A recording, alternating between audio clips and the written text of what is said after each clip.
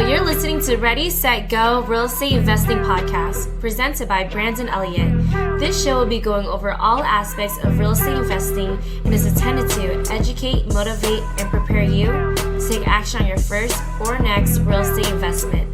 For more information, please visit BrandonElliottInvestments.com. Thank you for listening and enjoy.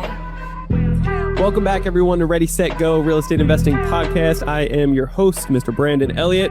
I'm excited today. We got Shiloh in the house over in Arizona, been started in real estate back in 2010, has a therapy background for children and family and families in general, but really focuses on his real estate journey with lease options. And so we're going to dive into that today. Also, in Costa Rica, started off originally doing some missionary work, fell in love with the area, and now holds real estate investing retreats for beginners and experts at different times, right? But there's power behind getting, a dozen or 24 people together in a beautiful location. I've actually done this down in Tulum, and there is something special and unique and like a family bond and everything, but really breakthroughs as well, left and right. And so I can definitely relate to this because I've experienced it, but excited to hear more about your journey and how the heck you got here. So what's up, Shiloh? How we doing today, brother?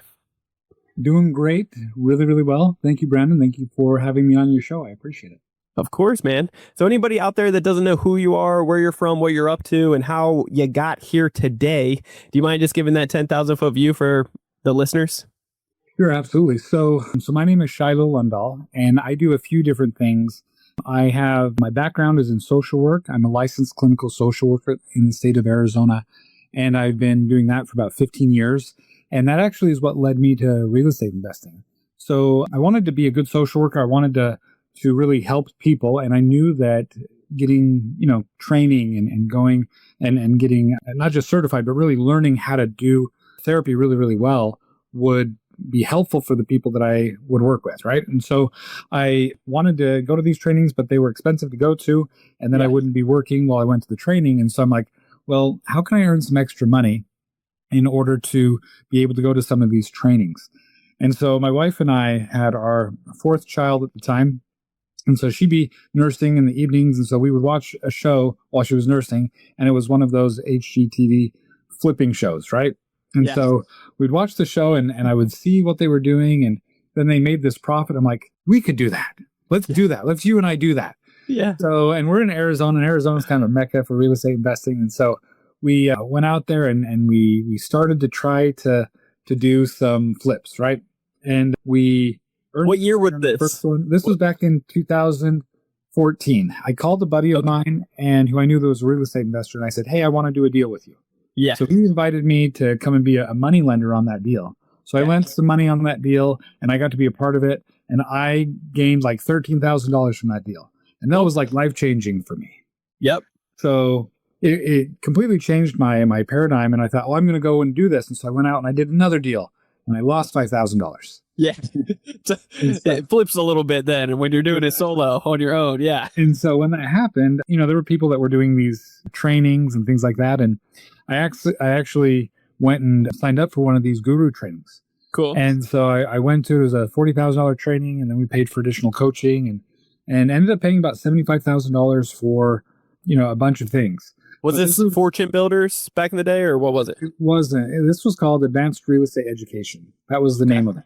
Okay. And it was like pretty much any other ones, right? Sure. So I went there and I did that, but I gained some really good relationships through that program. Yeah. And that really helped me because like one of the trainers was also from Arizona, and I reached out to him, and he gave me the number to his banker. And so I called his banker and I said, hey, he gave me your number. I need some help refinancing some properties. And he refinanced like 17 properties for us. Let's go. And it was awesome. Yeah. So, and that just really kind of springboarded us upward and onward. And so like my first deal was back in 2010. I held that. I bought it on market, didn't have any real estate background, but I bought it. I rented it out to some people that we knew. Then we ended up selling it to them in 2015. So it was this 5-year hold, but that's where I got the money for this program. So Okay. we gained like 50,000 from that deal. We put it into the program, and then we just started to learn. And then I connected with that buddy again that I did that first deal with, or not the first one, but the first one in 2015. And he and I ended up starting to do more deals together. But what was going on is the margins for these flips were getting smaller and smaller. Sure. And so, because there was more and more people jumping into the market and competition was getting pretty bad. And so we thought, well, what can we do? And we didn't really want to be landlords where, people would call us and, ask us to come fix things all the time. So we go to a 3-day training on lease options that was done here in Arizona by a guy named John Burley, and fantastic training. And he's not one of those that, spends 3 days telling you, hey, if you do my bigger program, then I'll really teach you. Yeah. He gave us a ton of great information those 3 days. Of course, he does have, a continuing education program after that. But those 3 days that we were with him, we just learned a ton, and we were able to take a lot of those concepts and then add it to what we were doing. And so we've shifted from doing flips to doing lease options. And what we found is that when we did these, lease options, we were able to get better tenants. Yep. They gave us an option fee, and it wasn't a very big option fee. It was usually like $3,000 to $5,000, and that gave them the right to buy the property. And at first, we were doing like 5-year lease options. Then we went to 4. Then we went to 3. And so that's what we do now is we do these 3-year lease options. And because really, the lease option is a really awesome program for a lot of people, or for like a certain type of person, right? Yes. So if you have really great credit and you got enough money to qualify for a loan, you just go and you buy a property, you get a loan, boom, you're done. But Sure. if you're in a situation where maybe your credit isn't great right now because of maybe you went through a divorce, or a foreclosure, or maybe a bankruptcy like 4 or 5 years ago, but you're really doing well now, it still may be hard for you to get a loan. And so if you need maybe a few more years to save up the down payment or to make sure your credit is where it needs to be to get a loan, then a lease option can be a really great opportunity, because you can get into a place where you want to live. You can kind of customize it to you and your family. Yep. And then you just are kind of working towards getting that loan so that you can exercise the option and you can get the house. And you don't have to worry about your landlord saying, okay, I'm going to sell the house to somebody, you guys need to move out. And that's what a lot of people in Arizona were experiencing, because, prices had come up and people had been in a house for 3 or 4 years. And then all of a sudden their landlord was saying, just wanted to let you know, we're not going to be renewing your lease. Yep. So, just prepare yourself to move out in the next couple months. And that's really hard for people that really they don't want to move. You know what I mean? Yeah. And so it's hard for them. But then the other thing is, like, it worked out really, really well, or works out really well for people that are like new business owners. They have good income and they're in a business that they're familiar with, they're doing well with. But unless they get 2 years of tax returns, Sure. it's really hard for them to get a bank loan. And so they're a really good candidate as well for lease options. And then there are other people as well. So we started in 2017 to buy these properties and basically lease option them to tenant buyers. And then we just kept going and kept going and kept going. And we were able to buy the properties well under market value. And then we were able to, get them fixed up, increase the value, and then refinance them and not have to leave a lot of money into a lot of these deals. But then I also learned, because we did that for a while, but then we ran out of our own money because we did have to leave some money into these deals. Yeah. And, we had, a lot of these loans, but the loans that we were getting at the time were like for 65 or 70% of the value. So we were having to leave a lot of this money in there. And so I went to... Why is that, if you don't mind me asking? Why so much equity? That is a great question. So when you buy a property and you get a really good deal, it sounds like a great idea, right? Yeah. And you want to buy a property and get a great deal. Yeah. Well, the banks, they don't look at it so much as a really good deal, and they don't look at you as a savvy entrepreneur or business owner. They look at the situation as, well, we want you to lose something if this doesn't go well. They want skin in the game. Yeah. They want skin in the game. And so if you buy a property, like let's say your neighbor, he liked you and you've had a great relationship. Something happens back east. He needs to leave. And so he just wants to sell you his property and says, hey, you know what? You've been great. I really don't need a whole lot from this sale. The property's worth $200,000. If you give me $100,000, I'll just give it to you. I don't have time to put it on the market. Need some repairs and things like that. If you'll just give me $100,000, we'll call it good. We'll just take care of it at the title company tomorrow. Well, that sounds awesome, right? Yeah. You get this property that, should be worth $200,000. You can buy it for $100,000. Well, Sure let's let me does. do that. Yeah. And then you go to the bank and you say, hey, I want to get this property financed. They're like, well, great. Well, you bought it yesterday. That's awesome. What we'll do is we'll give you 80% of what you bought it for. Or if you rehab it, then we'll give you 75% what you bought it for plus what you rehabbed it for. And so if you're like, well, the property is in good shape, I don't really need to rehab it, but I don't know why you'd only give me 80% of what I bought it for when the property appraised at 200. Why would you only give me? Is it just a seasoning period? They needed you to season it for 6 months first? Yeah. Okay. So they may want you to season it. Some banks will say 6 months. Other banks will say A year. a year. Yep. For one bank, say 2 years. It's crazy. Yeah. So It depends on the dollar amount and so forth. Were you talking to big banks or were you talking to regional banks or small local credit unions? Sometimes the small local credit unions can get a lot more creative and usually work with the human being more than, it's not so black and white. They'll get a little bit more creative typically. I need to work more with some credit unions. I've just worked with a lot of different banks. The big banks, yeah. Yeah, the big banks. Yeah, so the big banks get really predatorial almost. Like they want to get some money. They like good deals, but they like even better deals when you got skin in the game and everything else. And it's kind of a little crazy. But what's interesting is the banks will charge you according to their risk, right? Because they do this risk profile, sure. And depending on where you're at is what interest rate you get. Yep. Now, what happens though is if a bank can come in and have a 40% loan on you, that's a really low risk loan. Yep. But they will still keep it at a certain amount. You know what I mean? They'll lower it when it's, the risk is lower, but I mean, they're not going to lower it a ton. Sure. And so it's frustrating because you're like, hey, this is only a 40% loan. And so what I'm trying to say is that that's kind of how banks work. They want you to have skin in the game. And so the way in which we were buying it back then, we had these loans where we were just leveraged like 60% or something, 65%. So then what I did is I started networking a lot with people. I'd go out to lunch with an investor. Like I tried to do that every week and it worked out pretty well. And I was learning and, taking people that were doing well in real estate or were at my same level, but I was just kind of networking and connecting. So this one guy I took out once and I kind of told him my situation. He's like, well, why don't you just get a second position note on that property? Yep. Like, what are you talking about? It's like, yeah, you get, somebody that has money, maybe a private money lender. They give you money. You create a deed of trust for that property, right? So then they're in the second position and you give them interest. And I'm like, I had never even thought about that. Yeah. I love it. I love it. Creative real estate, baby. Right. So that helped us leverage the properties up to about 75, sometimes 80%, right? Cool. So now we didn't have to leave a ton of money into the deals. And then over the next little while, as we did that, we were able to continue to grow. And so we went from like 17 in 2017, 2018 came and we got our properties up to like 81 properties. So we bought maybe a small mobile home park and then a bunch of single family homes. And then the next year, 2019, it went higher. And then in 2020, we got all the way up to 200 properties. And that was with about 100 in mobile home parks, because we have about 6 small mobile home parks. We have about 80 single family homes, some multifamily, I have a commercial building and things like that. And so that's kind of what really kind of helped us grow so much. Wow. And because the values went up so much, we were able to refinance so much, pay off all of our seconds.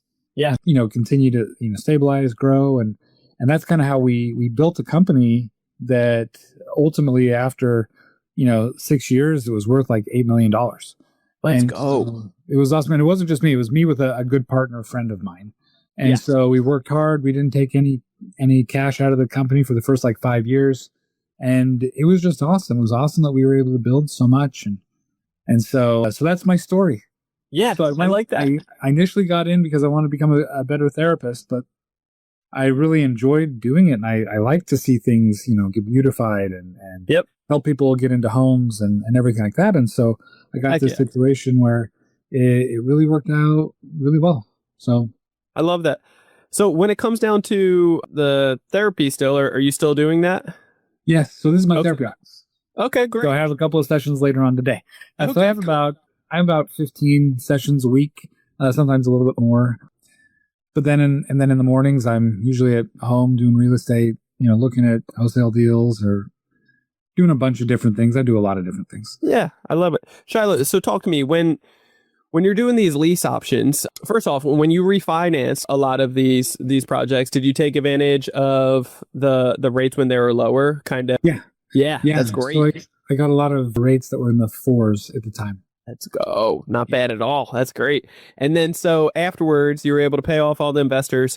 What about these lease options, though? Like, especially in your market when it just kept on going up and up and up, were you structuring something within the lease option to be able to capitalize on, like, hey, if they don't execute on that lease option within the first couple of years, the equity is going up. It makes it very enticing for them at some point if you don't increase along with it, if that makes sense, for the equity. Right. So it was interesting. What you're saying is true. So basically, the way that we structured the lease options at the beginning is because we were just doing like a 3-year lease option. Yeah. Well, at the beginning, we did 5, then we did 4, then we did 3, right? So, but when we got to the point where we were doing 3-year lease options, the way we would value the property is we'd say, okay, what is it appraised for today? Yep. And then we would just add 10% to that. Because if you look at, historically, a market appreciating 3% per year, that's a pretty conservative, normal kind of, appreciation rate, right? Yeah. So let's say we bought the property. To give you kind of some examples, back in the day in some of the markets that we were in, let's say we got a property for $100,000. Let's say we were able to put $40,000 into it, and now the property is worth $200,000, right? So with that, we're all in $140,000, property's worth $200,000. And then with extra, closing costs and things like that, so we're into a $150,000, it's worth $200,000.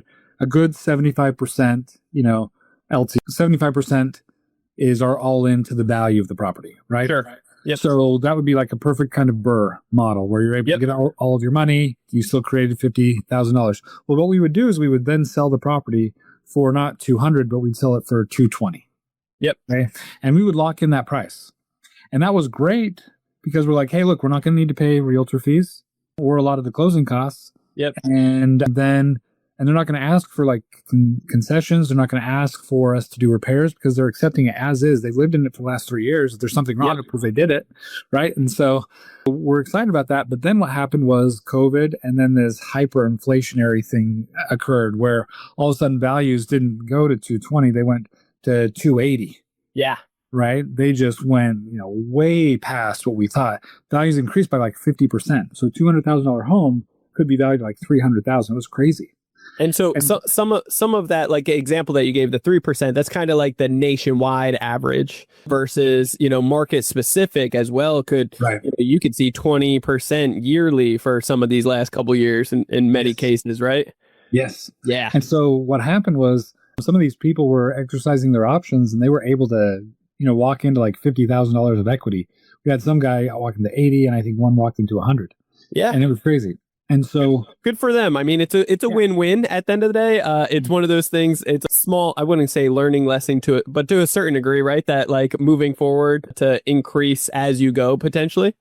Right. Yeah. Yes, absolutely. And so anybody that followed with the contract was able to exercise their option, right? Yeah. So that means they're paying on time, right? They're living in the home still. They didn't move out, have renters in there, and then just come back and say, okay, I want to buy it.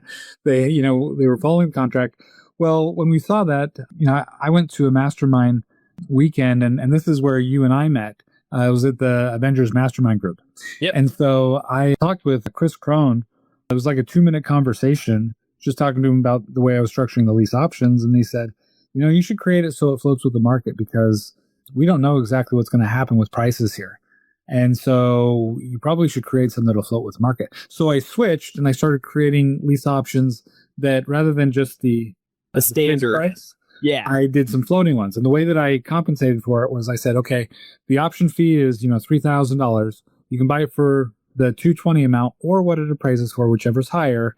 And then when you go to exercise the option, I'll bring in that $3,000 you gave me and I can help you with the closing costs at that point. Nice. Now, did you feel like there was any struggles or difficulties educating the end buyer as they are jumping into this opportunity? No, not really. I mean, it's a pretty simple concept. Right. You say, hey, I'm not looking for a regular tenant. I'm looking for somebody that wants to become a homeowner. Yes. So you're welcome to come in, stay in this property. You'll be leasing it from me for the next 3 years. And during that time, I can connect you with a banker that will help you get your credit where it needs to be so that you can exercise the option and just work on, saving some money, work on getting your credit where it needs to be. And then when it's there, just give me a call. And then, give me a call, send me, actually in the option agreement says you need to send me a certified letter, right? Because people can say, oh, I want to exercise it. And then you're like, okay, well, when? And then you can't get a hold of them. And then it's just like, so actually going and writing it, sending a certified says, I'm serious about this. I want to exercise it. Yes. And so when we got that, we said, okay, let's do this. And then they exercised the option and it worked out great. And, historically, I've heard that about 15% of people will exercise their options. I think with us, it was about 30. And there's some other things I'm doing right now to increase it. I'd like to get it to about 50 or above. That's what I'd like to do. Love that. And some of the reasons why I haven't done it in the past is for some of these percentages, like the statistics that I've seen. But I've always been very curious on it. And I love the idea. I love empowering other people that, felt like they never even had an opportunity for this and showing them that they actually can. And what it's done for you and me, real estate investing has been life-changing in so many ways. So giving them that little taste is amazing. But seeing it, I've almost felt internally like, is it just a creative, more favorable side for the investor to a certain degree? Right, that's a good question. Yeah. And to be honest, I think that there's I'll be on Bigger Pockets posting different things. Whenever I mention lease options, I get people saying lease options are bad and you shouldn't do that.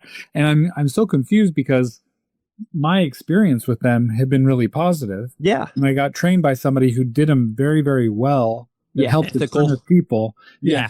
So my only experience has been an ethical experience with lease options, right? Yeah. But other people may use it in order to take advantage of somebody. Yep. So the way that we set it up in order for that not to happen is in order to be able to get into the property, you have to make at least 3 times the monthly rent. Love it. And that's an important part because if you make 3 times the monthly rent, then the likelihood of you being able to qualify is really high. Yes. Because you can afford the payment. So there's that aspect. Then the other aspect is we can connect them with loan officers. And if you're connected with a loan officer and you go to a loan officer and you say, I would like to buy this property within the next 3 years, what do I need to do? Yep. Then they're going to tell you what you need to do and then just do that. Yeah, just do it. Just do the simple things, right? Like I'm connecting you with the resources. Yeah. It's just the likelihood of you qualifying is very, very high. Just ask them what to do that, and then you're most likely going to exercise the option. In fact, we've had some people that we've worked with more than once. They came in, they bought a property from me, and then they called me back like a year later that said, hey, we want a bigger property. Do you have anything that we're looking to sell ours and we'd love to do the lease option with you again.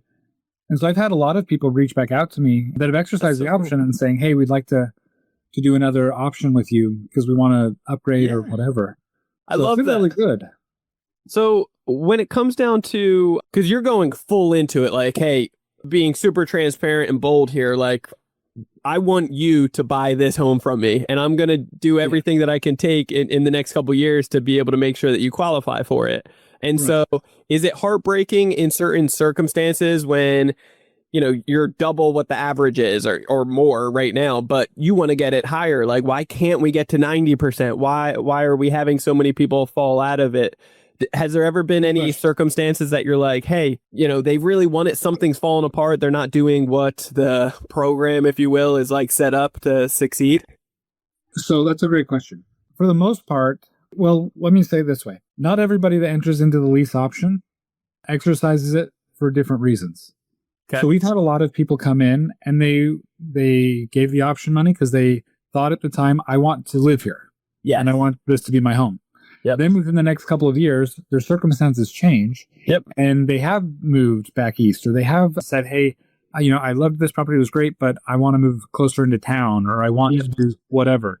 Yep. And they're appreciative for the opportunity to having lived there and everything like that. And the option. But after experiencing it, it's just different.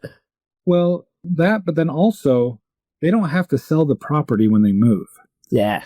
So the thing that happens is when you go into a property, and you buy the property, you have to spend money to close on that property. Yep. And then when you go to sell the property again, the person that bought the property now pays realtors. Yep. And so those two transactions are pretty pricey. They're way more pricey than an option fee. Yes. Well, than the option fees that I have. Again, my option fees are pretty low. They're $4,000 or $5,000 or $6,000. And the reason that they're low is because when somebody comes into the property, I just want to attract a really good tenant. I want somebody that wants to go in there. I guess kind of like the bank, I want somebody with some skin in the game, right? Yeah. So I want somebody to come in there that is more likely going to buy the property. What we've found, and we've done it before where we've split up the lease option or we split up the option fee and things like that, those people are much less likely going to exercise the option. The people that are resourceful, that have some savings or have the ability to come up with some money to get into the option are much more likely to be a better tenant. They'll be able to pay, more likely to be able to pay rent and more likely going to exercise the option. Yes. So that is more kind of a weeding out of the difference between people that may not be able to pay rent all the time and people that are more likely going to be able to. And then not only that, but then if they were to leave the property and let's say, they didn't destroy the property, but you go in there, they've been there for 3 years and you're like, maybe they had a lot of kids and there's writing on the wall and carpet. Yes. Maybe you had a pet, so the carpet is bad. And so the reason I like the option fee is because I can go in there with $3,000 or $4,000, make the property really nice again. Like let's say they decided to move and that's fine. And I go in there, I make the property nice again for $3,000 or $4,000. And the next person that comes in pays me an option fee of $3,000 or $4,000. I recoup that money. And so it makes it so turnovers are not really expensive for me. So are you well too? Are you including a security deposit or no? That's the option fee, and the option fee is obviously not refundable. Yeah, so it's a good question. If the property is really nice and I fix it up really nice, then I'll have a security deposit as well. Okay. And some of the properties, I purchased, I'm like, wow, this is a fixer-upper. And so like this one about 2 weeks ago, I put it on Facebook Marketplace and I said, hey, this might be a deal for you. It might work out well for you. I got a property. It needs a lot of work to it. It needs a new roof. It needs, some updates to the kitchen. It was a manufactured home. I said, there's parts of the floor that are a little soft. If you want to take on a project, then, I think it's going to be worth about $195,000. If it's fixed up nice, I'll give it to you for $165,000. You can come in, you can do the work yourself, and then you keep all of the equity above the $165,000. So that one's a fixed at $165,000, and then anything they do over and above that, they can still buy it for $165,000, even if it appraises for, $195,000. Okay, I love it. Awesome. And then so for that one, I didn't have them give me a security deposit because whatever they're going to do is going to be better than what it is now. Yeah, that makes sense. Is there anything else that you would disqualify for like pets or anything, or? We're okay with pets because we're planning on them buying the property. Yep. So, and because they gave us the option fee, if they do leave, again, we can go in, fix it up with $3,000 or $4,000. You can usually do a pretty good turn, trade out the carpet. If there's carpet in there, fix things that pets may have damaged. So that's a good amount to fix things up that on an average property. That makes sense. I love it. Talk to me about how were you actually and how are you marketing this to find this particular avatar? So I have a website, which is ArizonaLeaseOptions.com. Mm-hmm. Okay.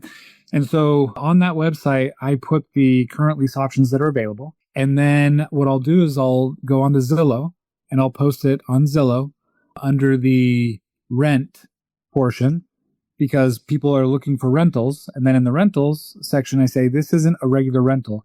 This is a lease with the option to buy rental for people that are looking to become homeowners. I've worked with dozens of people and helping them become homeowners, and I can help you too, blah, blah, blah, blah, blah, blah, blah, right? Nice. So I explain that there. And so somebody's looking for a rental, but they read that, they're like, that's what I want to do. So I get probably the majority from Zillow, but then I also put it up on Facebook Marketplace. And there are some places that are better than others. Like if you get like a town that has its own like buy, sell, page, putting it up there, I find is better than putting up on the real estate pages. You guys say, hey, this is a house that I have. I'm looking for somebody that wants to be a homeowner. I'm doing it on a lease option. I'll help you become a homeowner. And I mean, I still get, people going on there and trolling and saying, this is a scam. I'm like, in what way is this a scam? Yeah. Is that your experience or is that just your thoughts? Come on. Should I tell all the people that I've helped to become homeowners that, gee, man, sorry, it's a scam? It's a scam. Look out. Yeah. So, and I mean, you're going to get that with everything. But that's where I found is the best on Facebook Marketplace and on Zillow. And then I just direct them to my website. And so they go on the website and they can see the pictures. There's usually a video walkthrough there. Yeah. I have the numbers and everything so they can see, and they can see if this is what they want. I also have a video that my buddy and I created that explains how the lease option works. It's like a 5-minute video, goes through the whole thing so they can watch it, you can understand it. That's what we want. We want people to really understand what they're getting into so that they can, make a good decision and say, yeah, this is what I want to do. I think this would be a good option for me. During the 3 years of the lease option, are they responsible for their own maintenance, or do they call you as the landlord to handle those? Most maintenance. Okay. So I want to make sure that every property that I own, that somebody's living in, is functional. Sure. So if there's a situation that comes up, like with a serious plumbing issue, that we didn't foresee because we didn't live in the property. We got everything ready to go. They moved in there, and within a week or two, they're like, hey, the plumbing's like completely backed up, and we're going to go in there. We're going to make sure that that's working. So make sure the roof is working, the electrical, the HVAC, the plumbing, all of those major things. Hot water tank. I mean, that's like $1,000. Yeah, I know. So that's something they would handle, right? Yeah. When they come in, the water tank is working. Yeah. Right. You're not leaving them on the last thread, right? But like, let's say they've been in there for 2 years and like, hey, my water tank went out. Yeah. And I'll say, okay, got it. Here's a contact. Yeah. I say, what would you like to do? We can send some contacts your way, or, well, are you going to pay for it? Well, I can come in, I can take care of that. But if I do that, it's going to be about $1,000. I'd like to go ahead and shift the strike price, the option strike price, to $1,000 more so that I can recoup that cost later on. Because when you go to exercise the option, I'll ask them, are you still working towards exercising the option? And they're like, yeah, I am. Okay, great. I can take care of it if you need me to. And then we'll just increase the option price by $1,000. And that way I'll just get reimbursed. Because when you exercise the option, you're getting a new water tank that will last you for a long, long time. So that's how I usually take care of it. If it's something I need to come in and fix, then we usually just add it to the option. If it's been like a year or two since they've been in the property and now there's this big item, then we'll just add it on. What if it takes longer than 3 years? Is there a deadline, or do they ask for extensions? Is there options for that? So yeah, like at the very end, and if they really want to do the option, I do my very best to help them do the option. If they say, hey, can you give us a couple more months? Then I'd say, okay, let me talk with the loan officer. And so then I'll ask the loan officer, hey, probability. Yeah. There it goes. Yeah. And because my goal is to have them exercise the option. And the reason being is because I know some people are like, no, just keep the property and keep. No, the reason being is if I can get them to exercise the option within a 3-year period of time, I get my biggest gain at that point. Yep. Keeping it longer, yes, I'll have more appreciation and debt pay down. But typically a diminishing return, though, to a certain degree, right? When it comes to your cash on cash return, when it comes to, basically your return, when you have more money into something, the more equity you have, the return on equity just goes lower over time. So you want to move money around. Like you want to move it. That's what it is. Exactly. If I can get them to exercise it, then I can redeploy that money quicker. Yep. And again, I'm not paying realtor fees. Yep. I'm not paying closing costs, and I've been able to sell it to them for higher than what it appraised for when they got into it. So all of those things, I would do the very best if they exercise the option within 2 to 3 years every single time. Come on. Yeah. And so I am more motivated to try to help them be able to do that. For sure. I guess. So talk to me, this just sounds amazing. I love it. I'm like getting all excited. Like, God, I'm starting to sell off some of my properties over in Ohio, but I really should have did some of this. But talk to me, like, what is the downside behind this? Is there any at all that, you've helped out a lot of people. You've had a lot of properties. I'm sure there's been some learning curves along the way, or something that you're like, is this worth it? Yeah. Looking at it in terms of when there was hyperinflation And Sure. all of a sudden, I planned for the property appreciating 10%, appreciated 50%, right? Yeah. It happens. So I'm watching these properties that on paper, because they're still mine, I have, my net worth went up, a ton. Yeah. And now they're buying a property and there goes $100,000 of my net worth. You know what I mean? So I would say that, with that being the case, that can be a downside. But then when I learned to do the floating lease option, then it worked out fine. It worked out well. And some people might say, well, that works out well for you, but not them. I'm like, well, not exactly, because I also have something called a declining lease option. So if somebody wants to come in with a large option fee of like 10% of the value, somebody comes in on that $200,000 property that I sell for $220,000 and they give me $20,000, then they can buy the property now for $200,000. Now, even if it appraises for that today at $200,000, they have the right to buy it for $200,000 for now. And then the following year, I will say you can buy it for $197,000. Following year, you can buy it for $194,000. Come on. You know what I mean? So I decrease it. Now, it isn't seller financing. They're not getting credit. I'm just lowering the strike price. I love that. And so if somebody wants to do that, they can do that. And I have actually somebody who they're not going to be able to qualify yet. They got some money. They can pay the rent. But because interest rates are high, it's going to be hard for them to qualify. And so I said, hey, look, I'm going to do this declining lease option for several years for you. They gave me, a 10% option fee. And so for them, I'm like, hey, we can go this, 10, 20, 30 years. And so I gave them this chart saying, hey, this is what it's going to look like. So it may look like a mortgage, but it's not. And there's actually an issue with title on that one that was totally the title company's fault. And so they have to still fix that because they asked, can we do some seller financing? I'm like, I'd like to, but because of this title issue, we have to wait till they fix it, and then we can switch it over to seller financing. And it's because this is a creative spin. The day in, day out traditional type of title and closing may look a little different. So so just common, simple mistakes happen. But let me say this with regard to lease options. Okay. Yeah. So I know how to do them really well here in Arizona. Yep. And we had a lot of properties out in North Carolina, and we did some lease options out there. And so I'm familiar with them out there as well. Sure. Each state does lease options a little bit different. And in fact, the state of Texas, they frown upon lease options a lot. And so I don't teach people in Texas how to do them because I don't know. I think there's some workarounds, but what I would say is if you want to do lease options in the state in which you're in, find somebody who's doing lease options really well. Yes. Find out how they do it.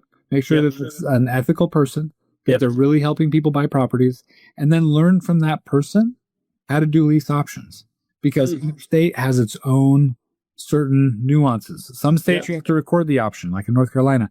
Other states, you don't have to record the option. In Arizona, you don't have to record the option. We have a notary come and notarize the option agreements so that they have it, we have it.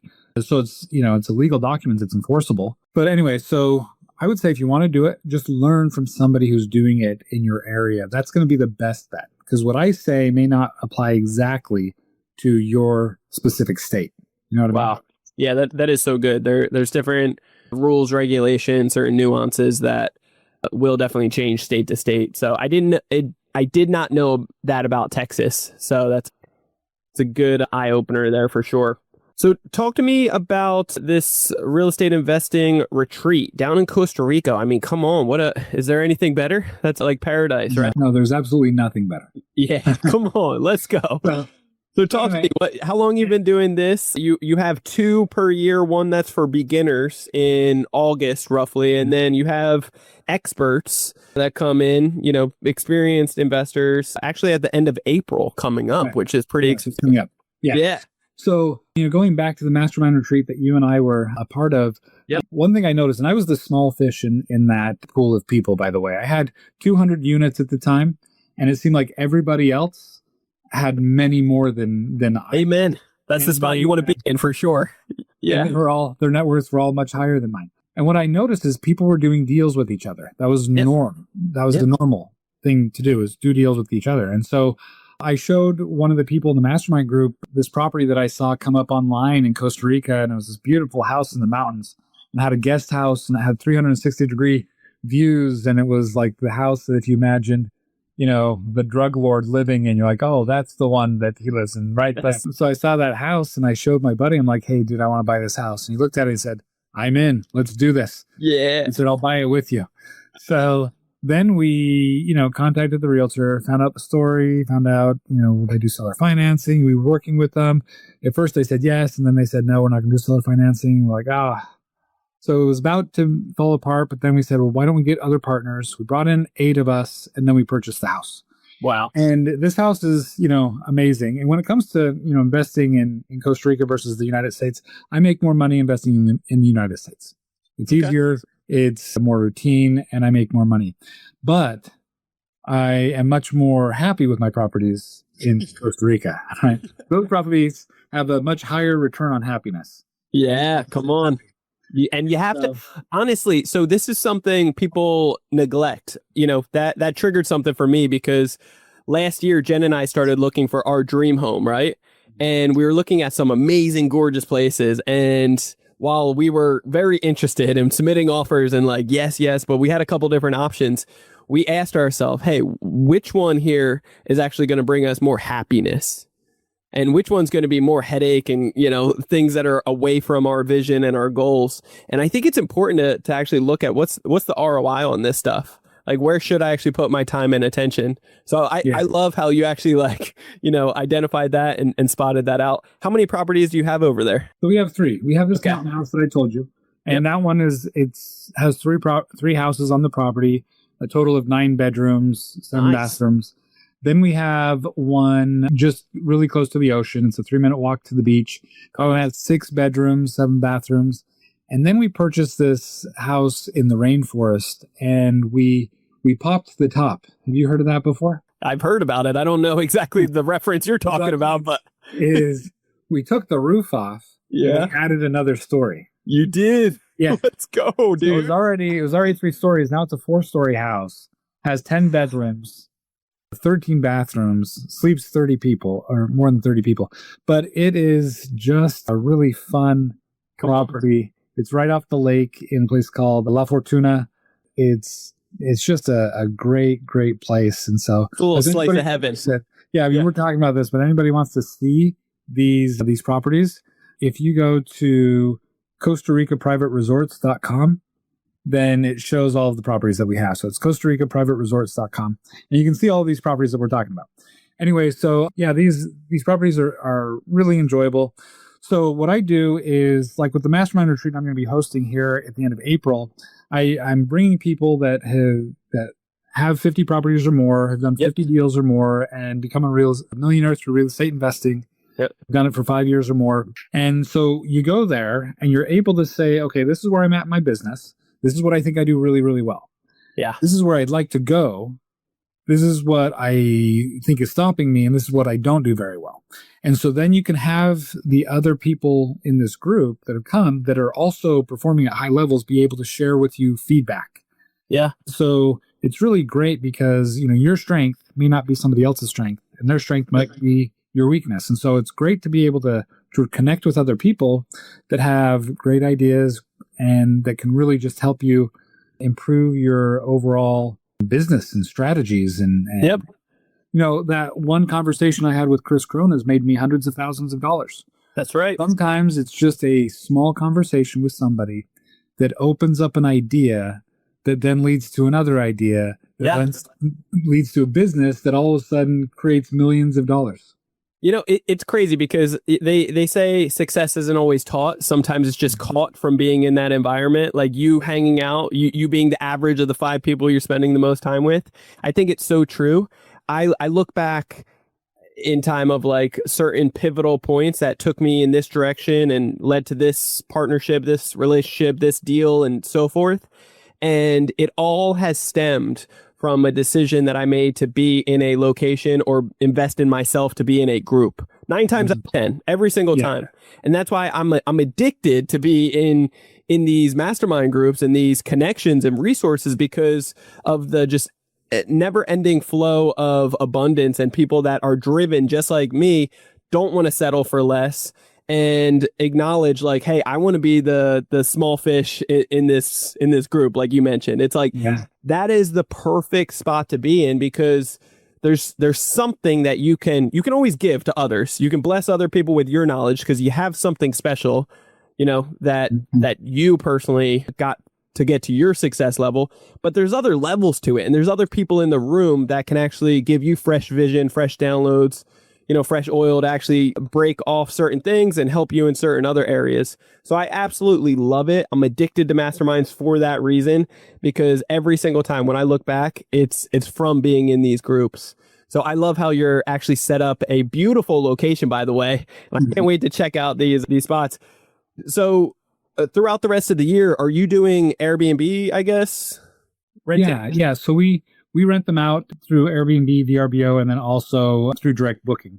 So each property has its own website, and we've been working on the marketing and trying to get them more known. And they've been around for a few years now. Now they're starting to show up in the search engines and everything. Yep. And so good.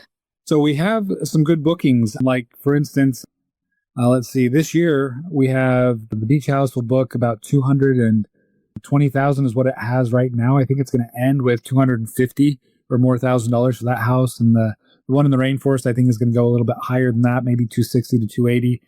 And then the mountain house gets less bookings. It's less expensive. So that one last year brought in 150. I think it'll be a little bit more than that. Come on. But what's great about it is all of the owners get to go and enjoy the property for a week a year. Yeah. And sometimes a little bit more. And so, I mean, you go there with your family and just really get to enjoy this beautiful, beautiful location. And so that's one of the perks of being one of the owners.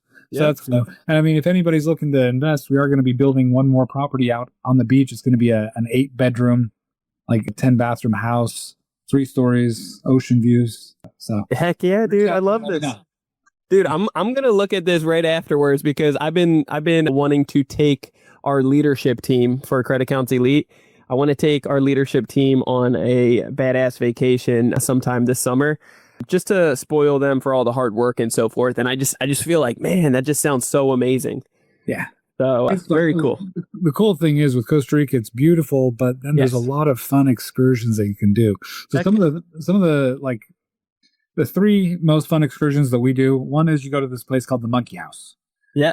The Monkey House is some guy's backyard. It's like a little shack. And so we're like, hey, can we see the monkeys? He's like, yeah. And so you go back there, you pay him like $100, and then he gets crackers and he calls down the monkeys. And then the monkeys descend, and then they just hang out on you and they're crawling all over. It is super, super fun. It's one of the coolest things. And so done that several times. And then there's like these hot springs up in La Fortuna that are just like out of this world, just beautiful hot springs. Say no more. There's so much like volcanoes and waterfalls throughout the country. It's just, and those are just a few things. There's like I know, yeah, cool things to do there.